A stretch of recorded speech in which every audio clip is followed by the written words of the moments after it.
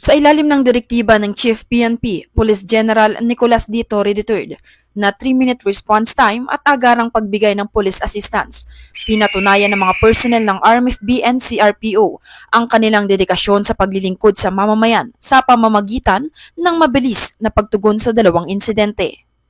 Sa unang insidente, habang nasa biyahe patungong NCRPO Camp Bagong Diwa, ang mga kapulisan na pinangunahan ni Police Captain Reinhardt Duladula at Police Lieutenant Christian Giros Spiricalde ay nakatanggap ng ulat mula sa mga pasaherong stranded matapos masira ng sasakyan dulot ng overheat.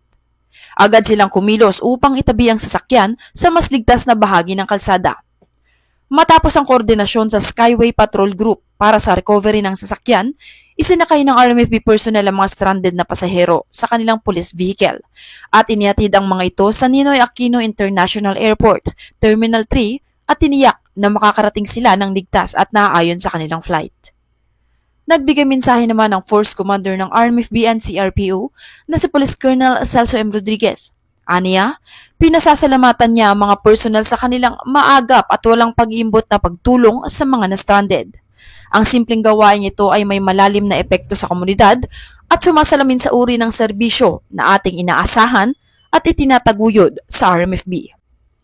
Sa ikalawang insidente naman, habang naka-duty bilang police visibility, ang mga personnel ng RMFB and CRPO na sina Police Executive Master Sergeant Jocelyn T. Bangayan, Patrolman Ricardio Felipe at Patrolwoman Miliana Pagirigan ay agad na nagbigay ng tulong sa isang individual na may medikal na kondisyon sa Doña Soledad Avenue, Barangay Don Bosco, Parañaque.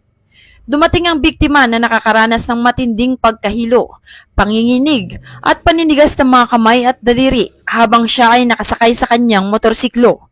Agad na isinagawa ng mga pulis ang paunang lunas at nakipag-ugnayan sa barangay para sa agarang medikal na tulong.